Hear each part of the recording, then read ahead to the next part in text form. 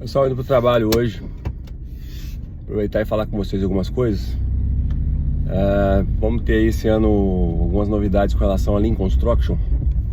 A gente deve aí fazer uma série de 30 termos mais importantes do Lean Construction. Dentro do Lean Construction tem o LPS, famoso LPS. Então, para introduzir esse movimento que nós vamos fazer esse ano, eu queria fazer um vídeo rápido de implementação de LPS, como é o LPS em resumo, vamos dizer assim, na prática, quais são os desafios. Mas a gente sabe que o gerente de projeto, a gente na rotina aí não tem muito tempo, então eu vou tentar fazer isso de maneira bem rápida. LPS de maneira rápida. O LPS é um dos termos do movimento de Lean Construction. Ele está sendo muito falado no mercado porque você consegue lastrear um cronograma. Isso é um termo que a gente vai usar num vídeo até separado. O que é um cronograma com lastro? O que é uma garantia, um seguro contra atraso? Por que os diretores de projetos, as empresas de consultoria estão indicando o LPS como uma recomendação para projetos acima de 1 bilhão, projetos acima de um valor estratégico? Basicamente a raiz do LPS, ele faz parte do movimento do Lean Construction e são 5 níveis. Você quebra, você desdobra aquela sua estrutura de planejamento que normalmente, de maneira tradicional, né? Você tem lá o cronograma, você tem os marcos do contrato, aí você faz a curva S, faz o cronograma semanal, atualiza uma tabela e vai reportando semana a semana. Eu consegui 5% de avanço, 1% de avanço, tantas atividades. A gente que é de projeto, de Project Controls, né? Já viu diversas maneiras de se controlar um projeto. Em Project, em Primavera, tem gerentes que são mais rígidos, tem planejadores que são mais específicos. Aí olham a qualidade do cronograma, criam indicadores, só que não havia uma maneira estruturada e regras claras para que isso fosse feito de maneira sistemática.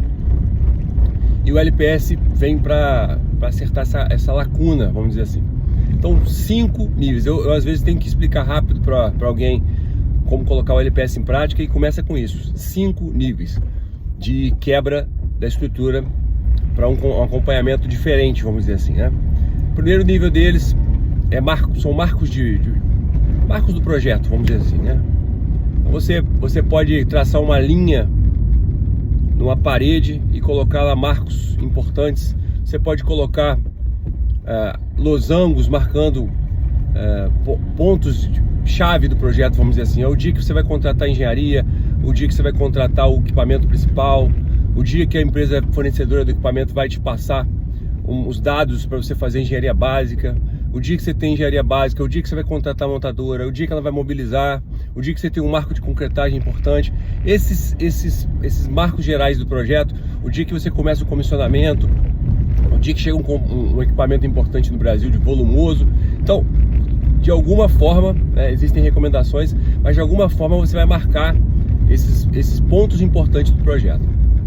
Feito isso, passa para o segundo ponto, o segundo desses 5 pontos, que é, eu diria, a raiz do LPS, do Lean, do Last Planner System, que é o Pool Planning. O Pool Planning é o momento em que você tem a conjunção de índices de produtividade, de conhecimento, de fluxos.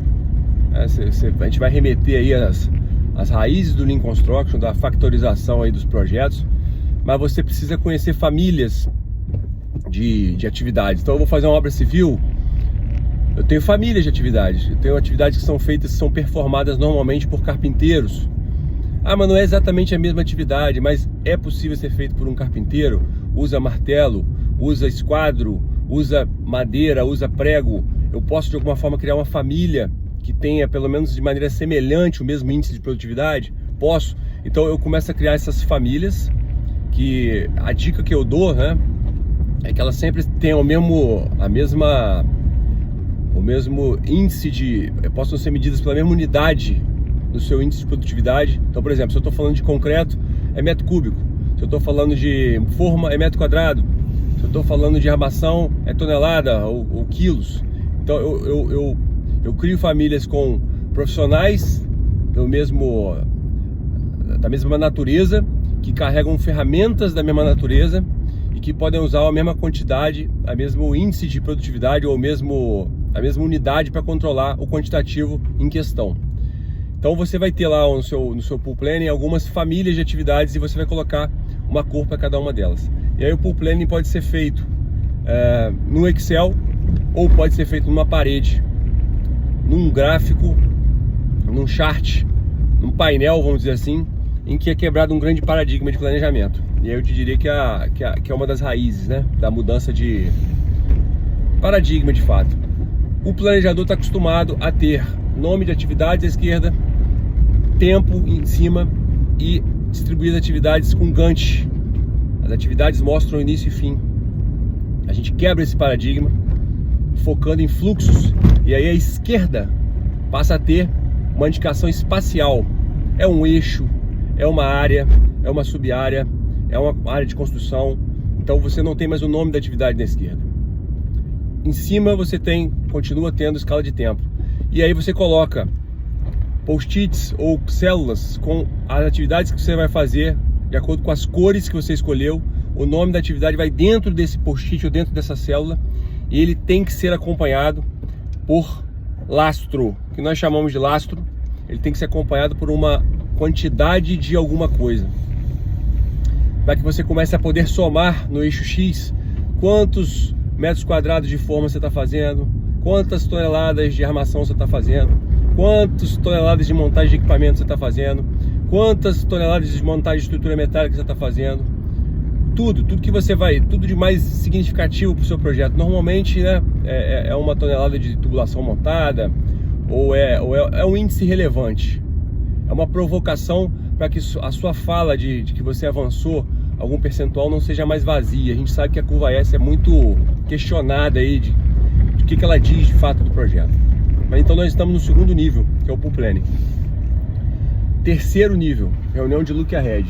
A reunião de Look Ahead nos dá, além da própria ocorrência da reunião, voltando um pouco, né? No Pool Planning você pega de 3 a 4 meses, né? De 12 a 16 semanas. Então você pegou os marcos lá do projeto inteiro. Quando você vai fazer o Pool Planning, você baixa para 12 a 16 semanas. Então, vamos dizer que você tem um projeto aí de 1 ano e meio, 2 anos, que é mais ou menos a média aí, e você faz um Pool Planning pegando 3 a 4 meses desse projeto. Você pega uns frame que só, vamos dizer assim, engloba 3 a 4 meses. Quando você baixa para o Look Ahead, que o pessoal costuma chamar de 6WLA, porque normalmente o Look Ahead é feito com 6 semanas, mas ele não precisa ser feito com 6 semanas, mas uma vez feito com 6 semanas, você, aquele frame que você pegou para o Pool Planning de 3 a 4 meses, você restringe ele a 6 semanas. Então você vai pegar lá um quadro do que vai acontecer nas próximas 6 semanas. E a grande contribuição da fase de Look Ahead para o LPS é a tabela de restrições. A missão dele é limpar essas atividades que vão para a área das restrições que podem impedir ela de ser executada. Nós estamos fazendo um trabalho muito parecido com o trabalho de segurança do trabalho, de fato, né? Vocês percebem que é um sistema que ele é mais de ações simples e metódicas e comportamentais e de persistência do que de algo que vai vir salvar o mundo. Então você reúne uma equipe multidisciplinar, pessoas de segurança, pessoas de engenharia, de trabalho em altura, de montagem, e aí você pega das próximas 6 semanas, você começa pela sexta.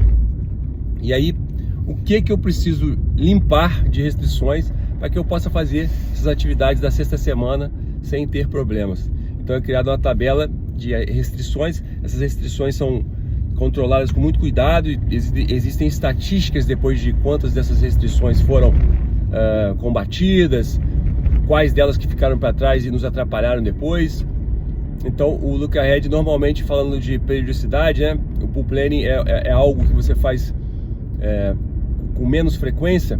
Normalmente é a quinta-feira você faz o Look Ahead, e do Look Ahead você extrai a programação semanal e extrai a tabela de restrições, ou extrai uma prévia da programação semanal e a tabela de restrições. Passando aí pro quarto nível, onde você faz a programação semanal. E aí começa a ser aquela cara crachá, né? Você já limpou de restrições, você pode fazer programação de 1 ou 2 semanas, e aí você coloca o nome da pessoa, o que ela vai fazer, já sem restrições, né? Qual é o entregável, lastreável que ela está se comprometendo a fazer ali. E aí é um pouco de fato a responsabilização da equipe que está colocando aquilo na carteira.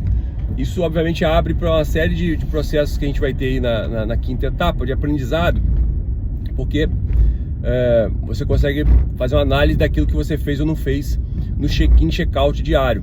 Então, com a programação semanal, todo dia, antes de começar a atividade, você confirma se aquilo que foi programado vai de fato ser feito ou não. No meio, o LCI chama de Daily Huddle, que é uma reunião, é um momento no meio do dia em que você se aglomera ali com pessoas-chave para ver se está tudo acontecendo bem, se aquela quantidade de atividades que foi programada está indo em vias de ser completadas, né?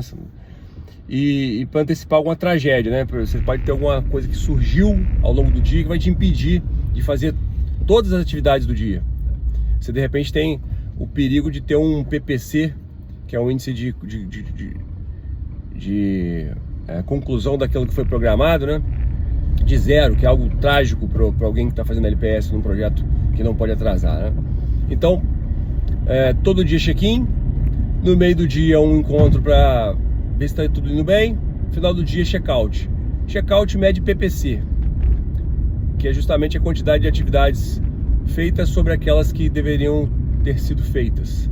Aí existe uma série de polêmicas sobre, eu posso pegar uma atividade de um dia e fazer no outro, posso pegar uma atividade muito próxima da outra, muito igual a outra e substituir. Então existe uma certa margem hoje no mercado sobre o que interpretar na hora de calcular o PPC, até porque o PPC torna-se uma ferramenta, torna-se um número muito relevante das discussões de LPS.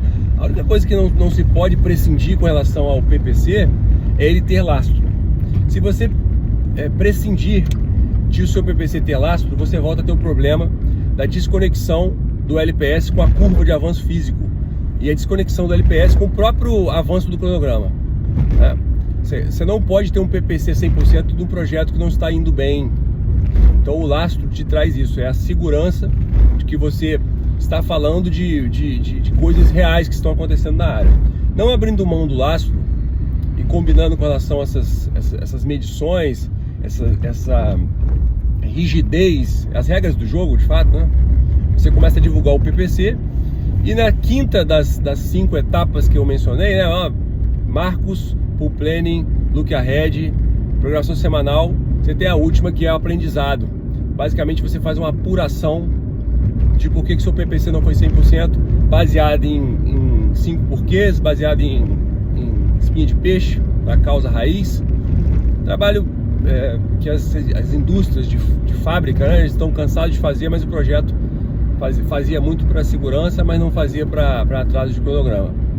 Então você faz um pareto das causas mais comuns e você faz um gráfico com o resultado do PPC. Você pode ter um painel, um dashboard, que aliás o mercado tem muito, com exatamente isso. Como é que está indo o seu PPC semana a semana ou dia a dia e quais são as causas mais comuns de atraso. É um absenteísmo, é uma produtividade menor do que o previsto. Existem, o LCI propõe lá até uma série de causas comuns para atraso de tão tradicional que é atrasar projeto e atribuir alguma coisa que não seja sua culpa, vamos dizer assim, né?